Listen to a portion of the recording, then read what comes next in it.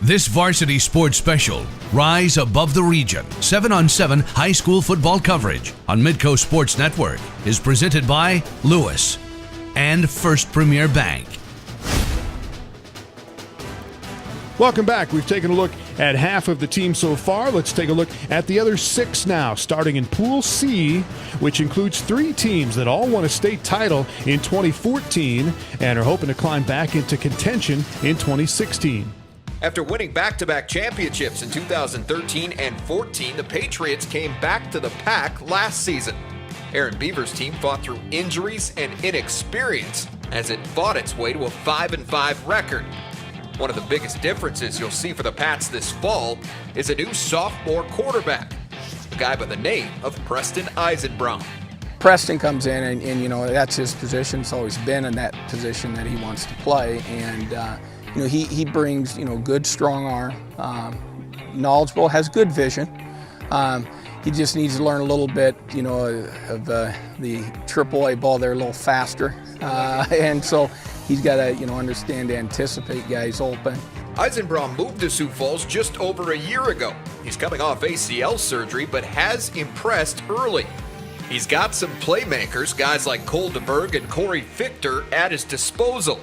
He'll also have an experienced offensive line in front of him, which should help alleviate some pressure. Defensively, the Patriots may use two-way players more than they have in the past, with hopes of developing more depth along the way. Hamlin is the only 9-man team at this year's Rise Above the Region tournament, but they are not intimidated by the bigger schools. Quarterback Danny Strandy is back this year under center, and he's poised for a big senior season. He'll be surrounded by a great mix of senior leaders and a talented group of underclassmen that are capable of contributing. With that, there's a lot of optimism surrounding the Chargers this fall. Well, we have 6 returning starters on defense and 5 returning on offense. We're looking for Danny Strandy and Cale Steig to step up on both sides of the ball. Danny Strandy, as you see out there, he's a dual threat guy, so when we get the ball in his hands running too, it's really going to help us. Cale Steig, he's all around the ball on defense. I mean, he's had 90 tackles as a sophomore at the end and 100 at middle linebacker last year.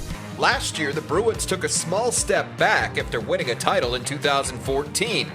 This year, head coach Troy Mattern believes the athletes he has could make some noise once again. Probably the biggest thing you'll see at Fargo South is just our athleticism. We're bringing back a lot of athletic kids that we're excited about, you know, and it's just our job as coaches to put them in the right position and make sure we're creating those mismatches that, you know, maybe gain some things down the road. One of those impressive athletes is quarterback Jack Pfeiffer. Anytime you have your quarterback back in high school, it's huge. You know, it's to have that assistant coach really on the field and to be able to do the things with him that we started last year, but just his maturity over 1 year has just been impressive. So yeah, I think we're gonna, you know, we'll be a lot more balanced than we were last year just because of what we can do with Jack. You know, he's just an exceptional athlete, and we just got to make sure we use his talents. The Bruins might not have the household names on the roster this year, but what they do have is a lineup full of team players. And it's just a great group of guys that, you know, there's not one kid that's worried about himself. We're really do have the team motto and the team aspect, and we're just excited to get going with this group.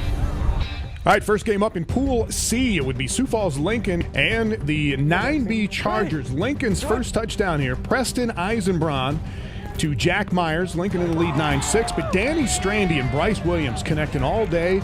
They do their Williams with a touchdown. Hamlin in the lead 18-16. They keep trading scores late in the game. Jack Myers again for Lincoln.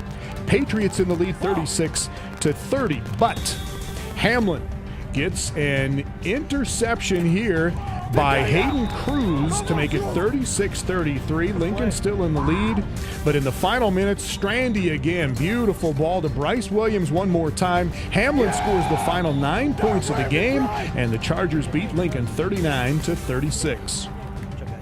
Next up in this pool, Lincoln and Fargo South. And South wide receiver Tanner Beaton, coming off a great year last year as a sophomore, had 37 catches. Beaton with the grab there to put the Bruins in front. And then Jack Pfeiffer hooks it up with Xander Lakowski, and Fargo South in the lead 16-0. Lincoln comes back, though. Here again is very good-looking wide receiver Jack Myers, just a junior. Scores on the throw from Eisenbraun that cuts the South lead in half. But late in the first half, Eisenbraun to Cole DeBerg, going to be another big offensive weapon for Sioux Falls Lincoln.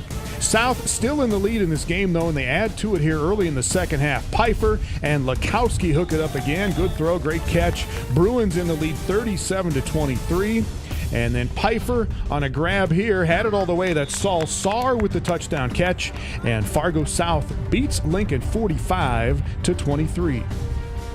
So final game in Pool C, Fargo South and Hamlin for the pool championship. Victor Isaac with an interception for the Bruins. Fired up about it, puts them in the lead early, 9-6. Fargo South in the lead, but Hamlin right back with a Kyle St. Pierre interception, ties it up at 9-9. Fargo South, though, regains the lead right here on a touchdown. Jack Pfeiffer gunning it into Saul Saar.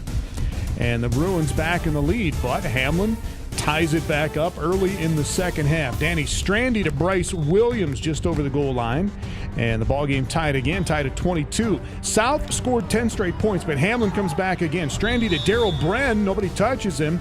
Touchdown. South still in the lead by one, though, at 32-31. And the Bruins tack on one more score. Pfeiffer using up all that 4 seconds. Finds Saul Saar again. And 38-31. Fargo South over Hamlin. The Bruins go 2-0 in pool play. We're in the gold bracket. Let's go! Let's go! One more pool to go. Time to check in on the last pool of the day. Let's see how the Warriors, Lynx, and Generals look for the upcoming season. In 2015, the Warriors turned the corner and reclaimed the 11 AAA title for the first time since head coach Chad Statham took over 3 years ago. This season, a new group is looking to make its mark. This year, we're very talented. We got a lot of young. We played a lot of sophomores today and a lot of juniors. And so we're just trying to find our image again, find our identity, and get going. We've had a really good summer. One thing that'll be different at Washington is the signal caller. Following the graduation of 3-year starter Jack Skelhaas, the team is handing the reins to sophomore Jaden Johansson. We got done with Jack, and Jack had a different skill set than Jaden. And Jaden's got a different skill set. He can do some things that Jack couldn't do, and vice versa. And we're going to adapt to that. And now we're just trying to, I'm just trying to really teach the game to him, and slow it down and make sure he's getting everything covered and doing things correctly. And I'm pretty happy with his development right now. Despite the team's overall youth, they do have some experienced playmakers like juniors Seth Benson and Logan Utecht on offense. Defensively, the Warriors boast depth and toughness, which should, once again, keep them among the favorites in the class. We're going to be young this year, but I honestly feel that we have some success early. I think it's going to carry over, and if we can stay healthy by the end of the year, I think we have a shot to make another run. Another favorite in Class 11 AAA will be the Brandon Valley Lynx. This team peaked at the end of last season and hopes to carry that momentum into the fall. I mean, there shouldn't be a lot of difference because we had a lot of juniors playing. One of those juniors that played last year was quarterback Alex Waltner. He looks really good this summer. He's gained a lot of strength, and his ball, he throws a really good ball right now. Other experienced players include Chase Grody, Alex Wickersham, Cade Tervier, and Spencer Grage, along with an extra beefy offensive line. We have plenty of playmakers. Our offensive line is really they're big, and they're very good, and so we'll really rely on them a lot. Craig Parkinson and the Generals lost just a few key players from a team that finished 2-7 in Iowa's Class 1A. Seniors Garrett Seiler, Trent Kruger, and Jacob Wietzma lead a talented group of upperclassmen. But the junior class is deep as well. Colby Wagoner and Colvin Jennis should be impact players for Sibley Ocheyedan in 2016. All right, now it's time to take a look at the Pool D highlights. An interesting battle in Pool D to get things kicked off. Brandon Valley taking on Sioux Falls, Washington. Senior quarterback Alex Waltner finds Spencer Grage in the corner of the end zone where nobody else can get to it. And then sophomore quarterback Jaden Johansson making his debut with a nice toss to Seth Benson for a touchdown. Brandon Valley answers with this crazy catch. Zach Skolton with one hand comes down with the touchdown. And another answer right away from Seth Benson. Great delivery by Jaden Johansson. He does the rest of the work, and they are up 20-14. The momentum keeps going with this Washington pick. Look at that, right off of Jordan Block, but picked by Daniel Giannis. And the defense helps get the offense sparked as Jaden Johansson finds Logan Utecht. You're going to see a lot of that connection coming up this season. Wrestles that away from Chase Small. And just for good measure, the Washington Warriors find Seth Benson once again, his 4th touchdown of the game. And they take the 44-32 win to kick things off in Pool D. So Washington trying to go 2-0 on the day against Sibley O'Scheiden. And they get things started out on the right foot. Touchdown, Trevor Schmidt. Another one by Trevor Schmidt. Before you knew it, they were up 22-0. Sibley O'Scheiden, though, with Preston Marco at quarterback, finds Calvin Janis for the touchdown, trying to stay in this one, but it wouldn't last long as Jaden Johansson finds Shiloh Flanagan, another target for a touchdown. Sibley O'Scheiden did try to come back with their other quarterback, Colby Wagner, finds his favorite target, Trent Kruger, for the touchdown, but Washington was just too much. A 33-18 win. Brandon Valley and Sibley both coming into this one with a loss, trying to earn a spot in the silver bracket. And quickly the Lynx get on the board. Cade Terveer hauls down a touchdown. And then Waltner finds his favorite target in this tournament for sure, Spencer Grage, for a touchdown. Look at that. Tough to defend the height and athleticism of Grage. He goes in for another touchdown. Sibley, though, did find some gold in the end zone. This one, Colby Wagner to Trent Kruger for 6, but the Lynx just too much. Another dump-off pass. Braden Peterson does the rest of the work. And Spencer Grage gets another touchdown, his 3rd of this game, to put it away for the Lynx, 32-9, as they move to the silver bracket. Well, we've made it through the morning. We are set for bracket play in the afternoon, and here's how it will lay out. As you can see, in all 4 pools, there was a 2-0 team, a 1-1 team, and an 0-2 team. So that splits the teams nice and neatly into the gold bracket, the silver bracket, and the bronze bracket. Now remember, these teams, a lot of these teams, did not bring all of their best players. So while this is a nice representation of their team, it's not an accurate representation of what these teams expect to put on the field this fall. However, the teams that did win showed a lot of promise, and it'll be fun to see how this plays out in all 3 brackets. Well, all of the games being played this year at 7-on-7 outside the Sanford Fieldhouse. These fields are also home to South Dakota Junior football. And for more on that program, here is Larry Leverins. He is with Kelly Stewart.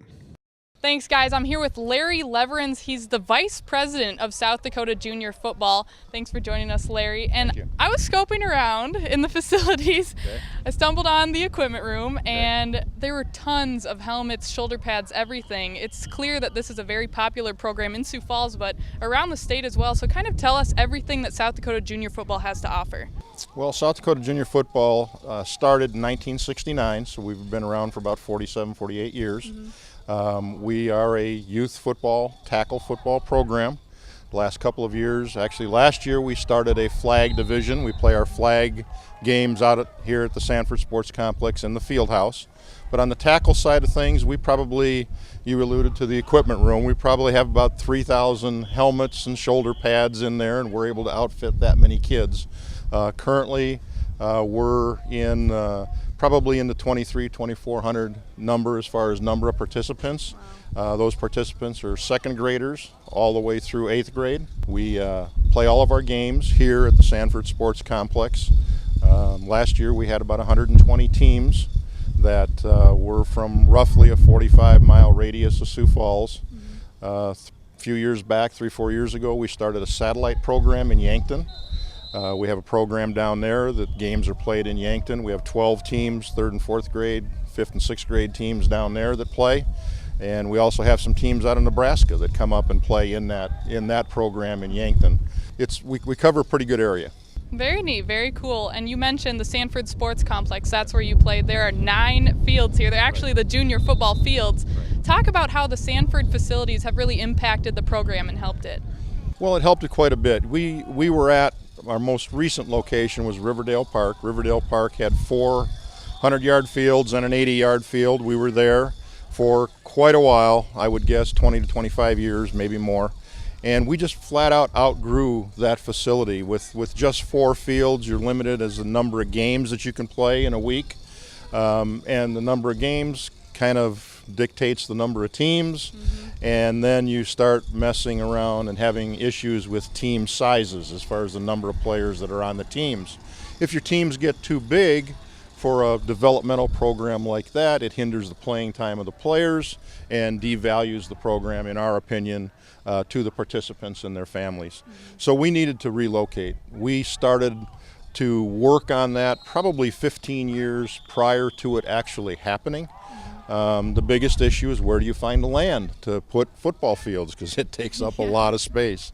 And Sanford had this land, acquired it, and they came to the city of Sioux Falls and to us in particular, and we worked out a cooperative deal between South Dakota Junior Football, the Park and Recreation Department, the city of Sioux Falls, and Sanford. The city obviously developed the land. Sanford gifted the land to the city, so this actually is a city park of the city of Sioux Falls. They maintain it. But all 9 fields here, they're all 100-yard fields. They're all irrigated. They all have high school goalposts. They all have electronic scoreboards. And we're very pleased and very proud to be part of this partnership and to allow our kids to play in such a great facility. All right, well, awesome organization, very well run. Thanks, Larry. Back to you guys. Thank you, Larry. Thanks, Kelly. When we come back, we'll get into bracket play and follow the teams in the gold bracket as they try to make their way to the Rise Above the Region Championship. We'll also take you on the field for some behind-the-scenes access. We've got the players and the coaches mic'd up. Check, check, you the feds, check, check, check, check, you the feds. I hope they don't air that.